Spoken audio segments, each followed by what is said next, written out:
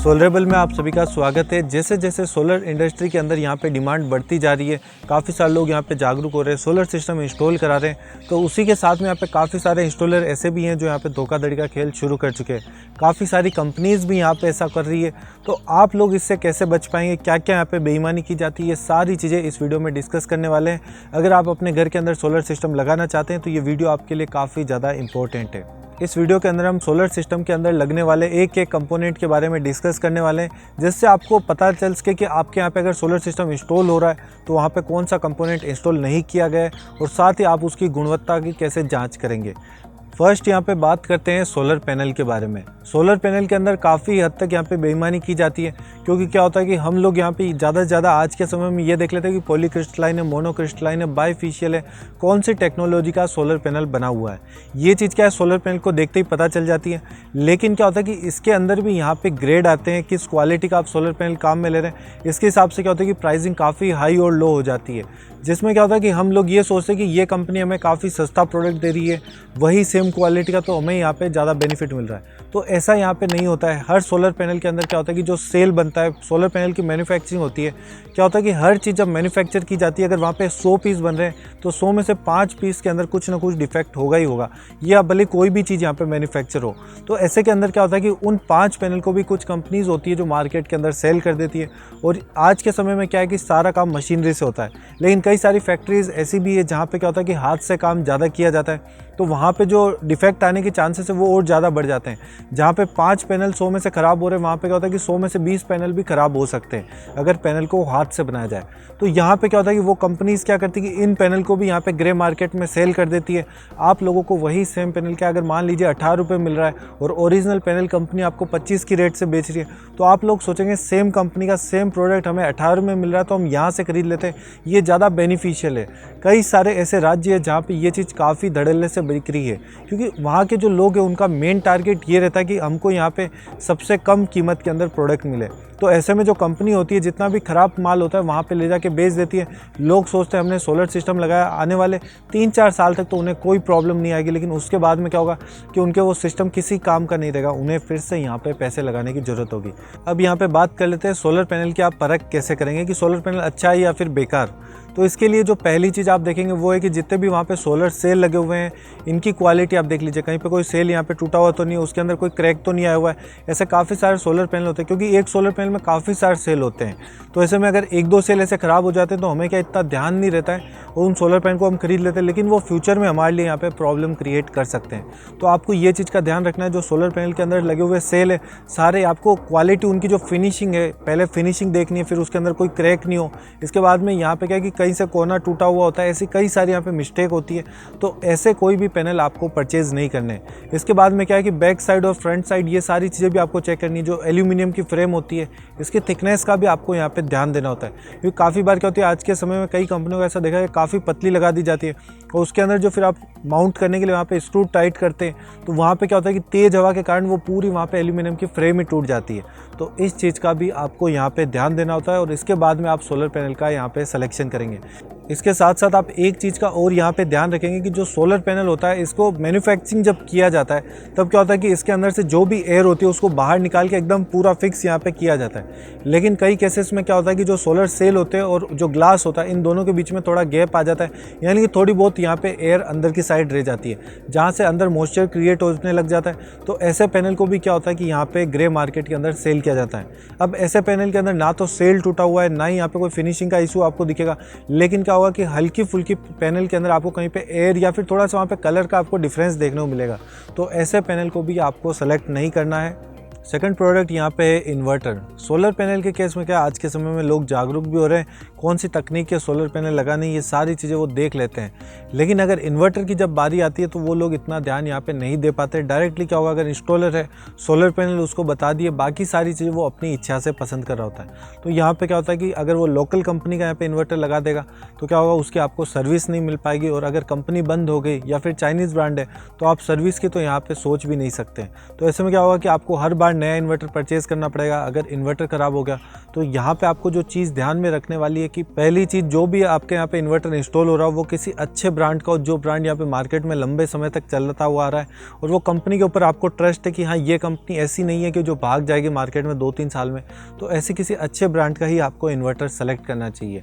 इसके साथ ही आपको कितना लोड है आपका घर का, उसके हिसाब से आपको इन्वर्टर सेलेक्ट करना चाहिए। ज़्यादातर केसेस में ये देखा गया कि कंपनी यहाँ पे जो दिमाग लगाती है कि जो इन्वर्टर का मॉडल नंबर होता है खाली वो लिख देती है और VA और कुछ होते हैं, यानी कि मॉडल नंबर मान लीजिए वहाँ पे 1000 लिख रखा है और उसके VA जो होंगे वो 700 VA का ही है।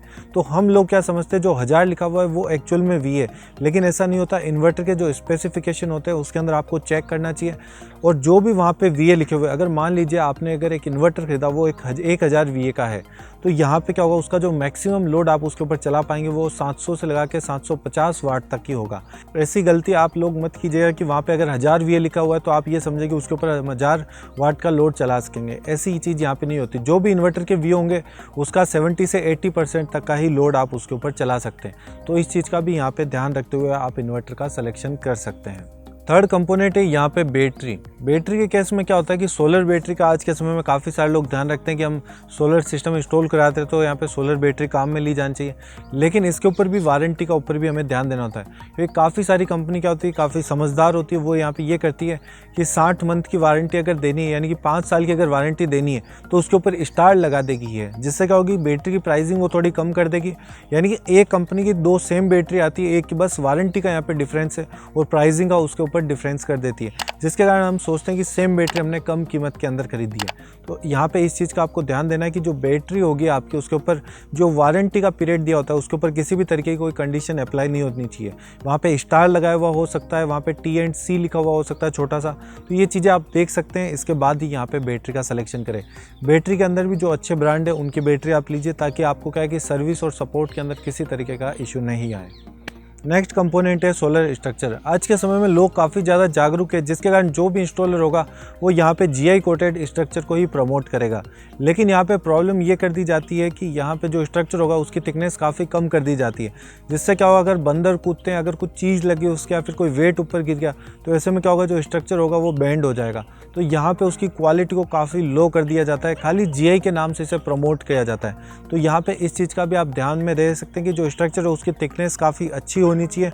उसके बाद में अगर वो GI कोटेड है तो उसके ऊपर क्या है कि यहाँ पे GI कोटिंग होने के बाद में ड्रिलिंग या फिर जो वेल्डिंग है ये चीज़ ना की गई हो, ये चीज़ें पहले होती है, इसके बाद में GI की कोटिंग हो, तो यहाँ पे क्या स्ट्रक्चर के ऊपर किसी तरीके का आपको जंग देखने को नहीं मिलेगा। नेक्स्ट कंपोनेंट यहाँ पे है वायर। सोलर सिस्टम के अंदर DC और AC दोनों वायर को काम में लिया जाता है, लेकिन इंस्टॉलर यहाँ पे क्या करते हैं, या तो AC वायर से सारा कनेक्शन कर देते हैं, या फिर अगर दिखावट के लिए वहाँ पे DC वायर भी लगाए हैं तो वहाँ पे क्या किएगा कि एल्यूमिनियम वायर को काम में लिया जाता है। तो इस चीज़ का भी आपको यहाँ पे ध्यान रखना है कि सारे वायर वहाँ पे कॉपर के वायर यूज़ हो और DC वायर की जगह DC वायर और AC वायर की जगह AC वायर और एक अच्छी कंपनी के यहाँ पे वायर को काम में लिया जाए, ताकि क्या हो कि आपके सोलर सिस्टम के अंदर आपको किसी तरीके की प्रॉब्लम फेस ना करनी पड़े। वरना क्या होगा कि वायर कुछ ही सालों के अंदर उनके ऊपर कट लग जाएगा, तो फिर आपको क्या होगा, वापस यहाँ पे वायरिंग करवानी पड़ेगी या फिर शॉर्ट सर्किट हो सकता है। तो ये चीज़ का भी आपको यहाँ पे ध्यान देना है। इसके साथ ही जो वायरिंग की जाती है इनके ऊपर पूरी प्रॉपर पैकेजिंग चढ़ाई हुई होनी चाहिए। ऐसा नहीं है कि वायर वहाँ से खुले आ गए, DC वायर लिया फिर भी खुले आ रहे हैं, ऐसी चीज़ यहाँ पे नहीं करनी है। इसके बाद में यहाँ पे केसिंग वगैरह जैसे भी जो इंस्टॉलर है उसको प्रॉपर मेंटेन तरीके से करके जाए, ये सारी चीज़ें जो होती है इंस्टॉलेशन के अंदर इंक्लूड होती है।